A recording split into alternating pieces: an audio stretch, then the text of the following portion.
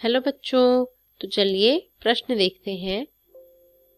Hello बच्चों, तो चलिए प्रश्न देखते हैं और हमारा प्रश्न है टेरेप्थेलिक एसिड यानी टेरेप्थेलिक अम्ल को ग्लाइकॉल के साथ एस्टरीकरण करने पर प्राप्त होता है।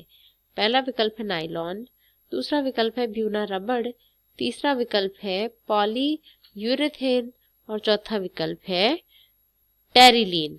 ठीक है, तो चलिए हम इस प्रश्न को हल करेंगे और सबसे पहले इसकी जो मुख्य अवधारणा है वो हम यहाँ पर लिख लेंगे।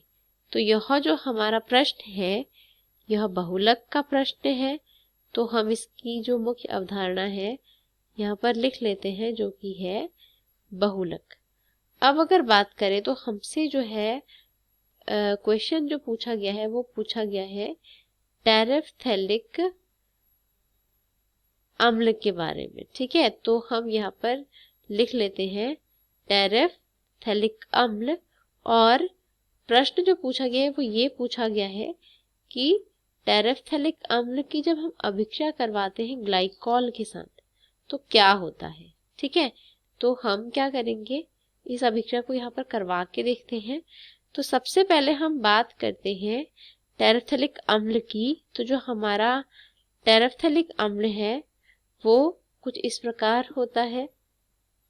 ठीक है, इसकी जो संरचना होती है उसकी अगर हम बात करें तो कुछ इस प्रकार की आपको इसकी संरचना मिलेगी।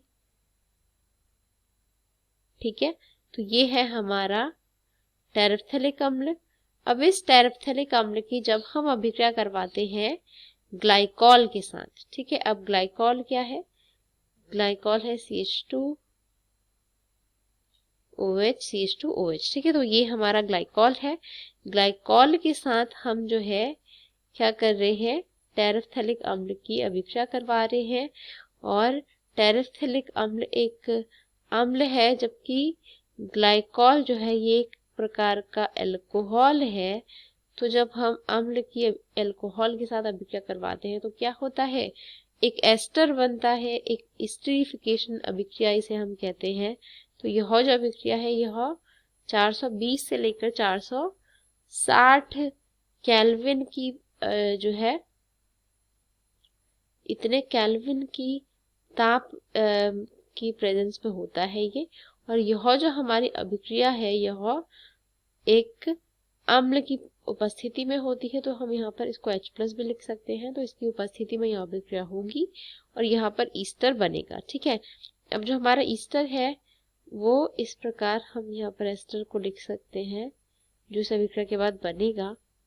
ठीक है, तो ये उस एस्टर की संरचना है जो कि इन दोनों के मध्य अभिक्रिया होने के बाद बन पाएगा।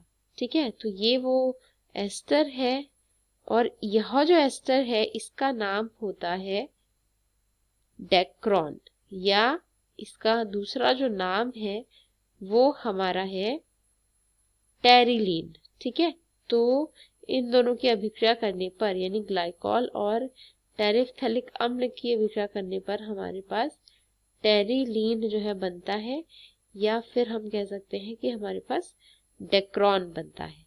ठीक है, और यह एक एस्टरीफिकेशन अभिक्रिया है जिसमें कि अम्ल और अल्कोहल मिलकर एस्टर बन रहा है और साथ में वाटर बाहर निकल रही है। ठीक है, तो हमसे पूछा गया था कि इस एस्टरीकरण से कौन सा उत्पाद प्राप्त होगा, तो सही उत्तर होगा विकल्प डी यानी टेरिलीन। बाकी जो विकल्प है ये गलत हो जाएंगे। तो मैं आशा करती हूँ कि आपको उत्तर जो है इसका समझ में आया होगा। धन्यवाद।